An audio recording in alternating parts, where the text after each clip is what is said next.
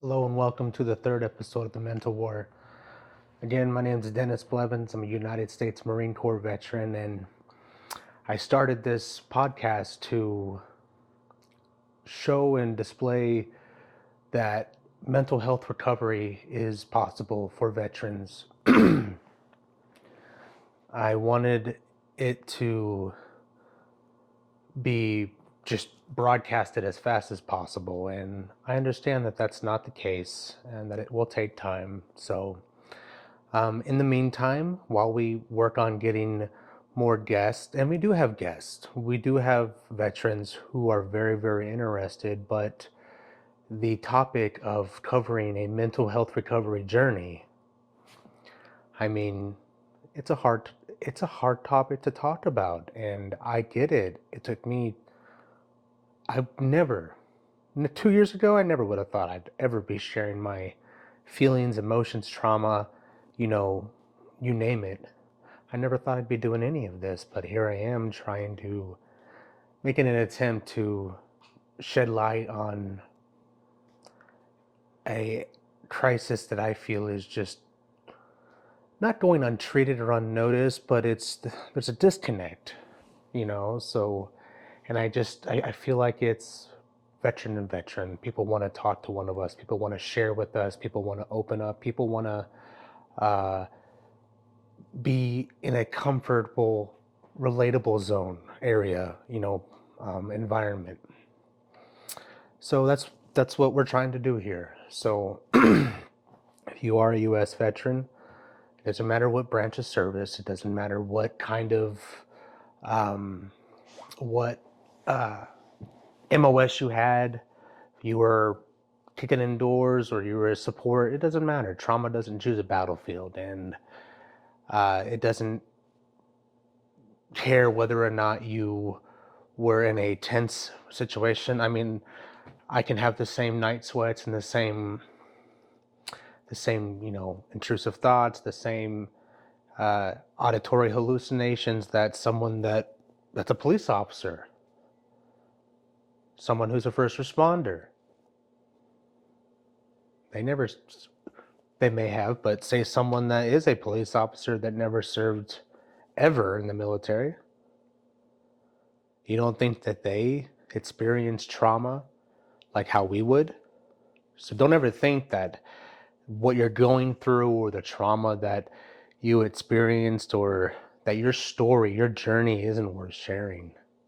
Because if you're living a awesome, healthy, regular, normal life, if I say we're never out of the fight, you're always going to struggle with it. You're always going to have battles and days and, moments and sometimes even weeks, you know, at a time that you're going to fall off the horse. I do it, it happens. But learning self-help tools to go along with your treatment, meds, whatever's going on with you, I feel like that's a big disconnect. I feel like that's what's being left out, is the relatable discussion of how we can help one another. So with that being said, just come on here every time. I want to try to put out an episode a week. So I'm going to try to come on here and share a piece of trauma from my history, and just kind of where I went from that point on and forward. So, excuse me.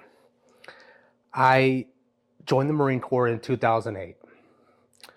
Before then, 2007, I wanted to join the Marine Corps. So I elaborated on this previously, but I wanted to join the Marine Corps, but I had like 100 pounds to lose. So I originally went to the recruiting office in Yucca Valley, California. That's where I'm from, outside of 29 Palms, Joshua Tree, that whole area.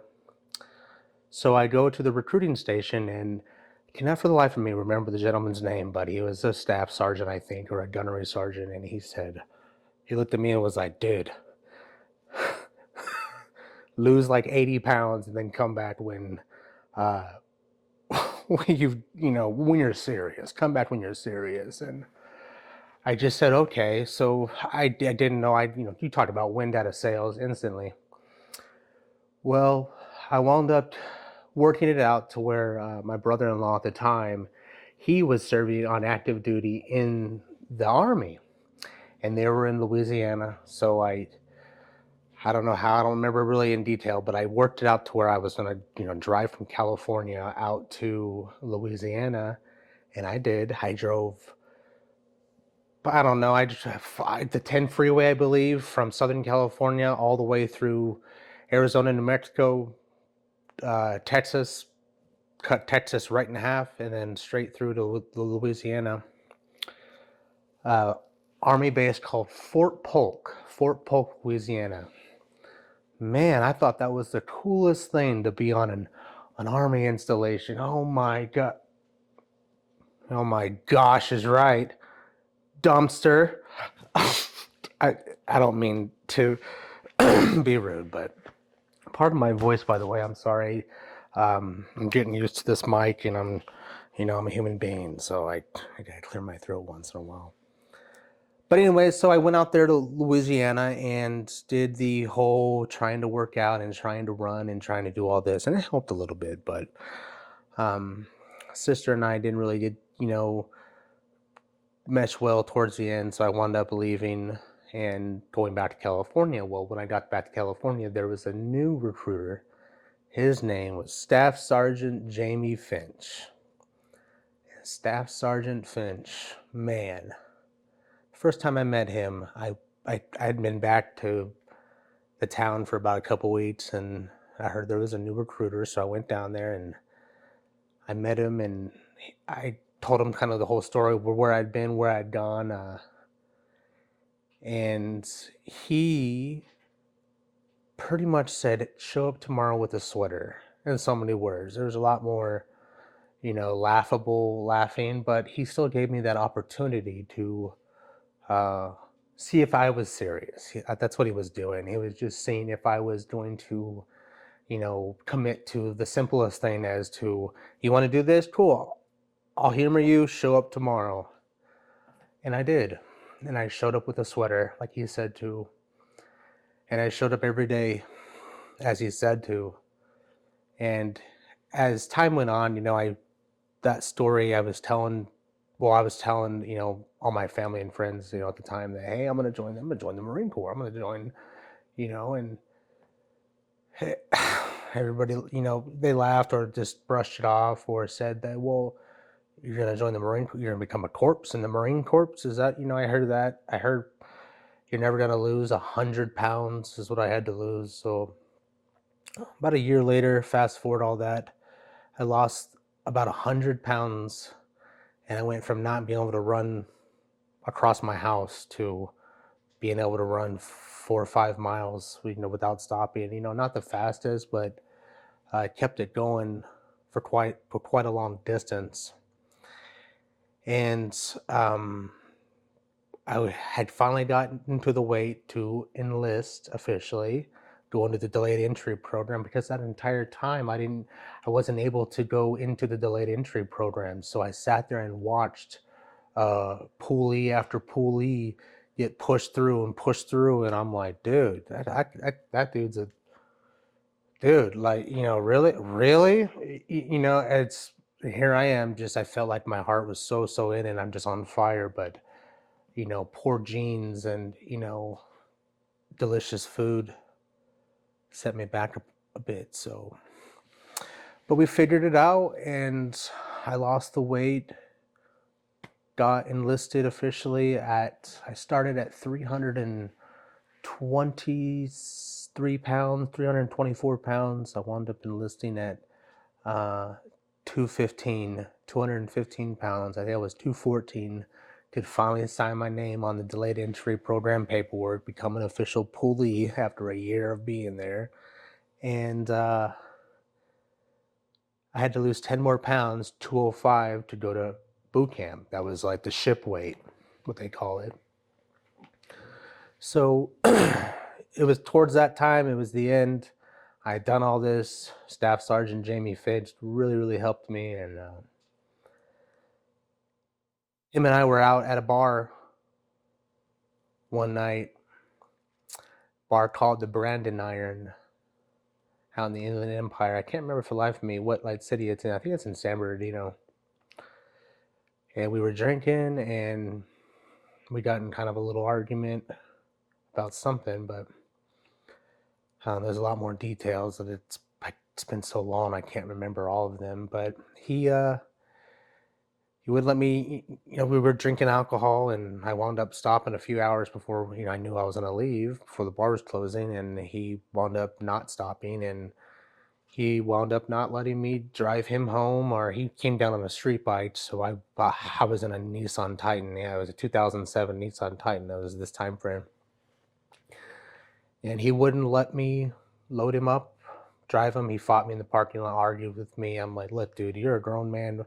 I'm not going to sit here and try to get into a fist fight with my recruiter, someone who I look up to, someone I'm trying to emulate, someone I'm trying to, he was a 1371 combat engineer. I enlisted under the 1300 field, wanting a 1371, wound up getting a heavy equipment operator, 1345. That was the MOS that I got, but it was well worth it, meant to be. So he, I thought he was going to follow me home relatively. I mean, I'm in a truck, he's in a bike, but I took off, and he left, I guess, soon after, and drove an hour home, and he wound up I got home, it had to have been 3:30 in the morning when I got home, and I'd gone to bed, but I'd woken up at 8 o'clock to 100 phone calls. He came up the grade, Morongo grade, if you guys know that area, and hit a street sign doing 100 miles an hour on a Yamaha R1 and cut himself in half. So from that, when I woke up that morning at 8:30, I don't really remember. I just remember seeing 25, 30 missed messages. I'm like, what the heck is going on? I look, and it's all these staff NCOs that I had become friends with. Gunneries, sergeants, a couple mass sergeants, one of the RS commander sent me a message, or the assistant commander was a major, sent me a message to call ASAP, because everybody knew who I was. I'd been there for so long. I had pretty much gotten to where I'd ran and PT'd every pulley that was officially in, because it's like I've already been there for 6 months now, and I just know what to do. I know the routine. Then you'd get some joker that would come out of recruit training, and he would, I'm PFC, uh, I'm PFC, I'm PFC, Schmuckatelli. I'm PFC Schmuckatelli, and you filthy poolies are gonna do what I say. You understand? I know that who is the army. I know. Don't give it to me. Just talking trash. But so he wound up dying, and he wound up getting cut in half, and his body went all over the damn pavement. And I had gone, I fast forward, I mean, Marines were coming in from 29 Palms, people were coming up from San Diego, Pendleton, Miramar. I mean, it was just, he knew a lot of folks, and um,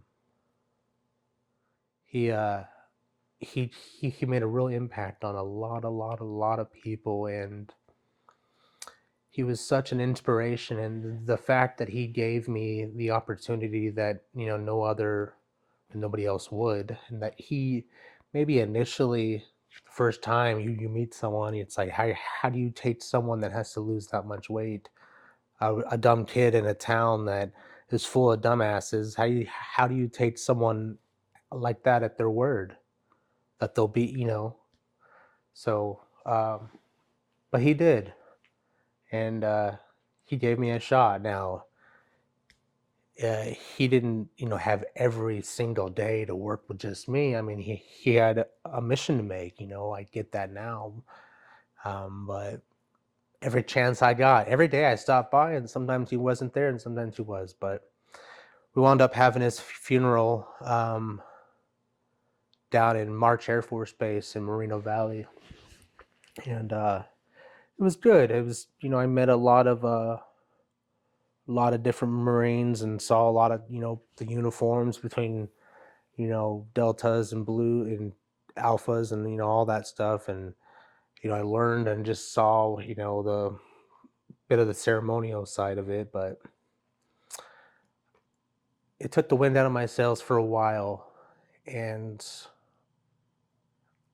there was a time when I think I was gonna just say, you know what, screw this. This is not, I give up. This is not meant to be. I wasn't religious. I didn't have, I wasn't praying. I wasn't doing any of that. But I just knew that it was not it. This is not meant to be. But uh, meeting some of his friends, especially a couple individuals down in, you know, San Diego, Santee area, I became really, really, really close with them. And, I'm still friends with a couple of them to this day. And we talk here and there. But, just really getting to know them, they gave me, they fanned that flame, those embers that were smoldering.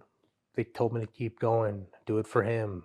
You got this far, don't stop. And it took me a little bit, but I wound up doing it. And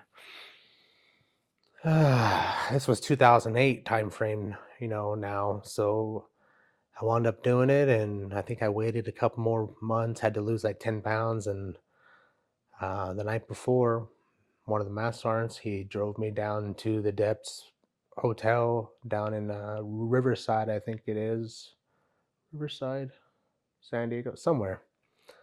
Maybe it was San Diego, but yeah, checked in the hotel, went to boot camp, and that's a whole nother story. But thanks for checking us out. Remember to stay motivated, and thanks for listening to my story.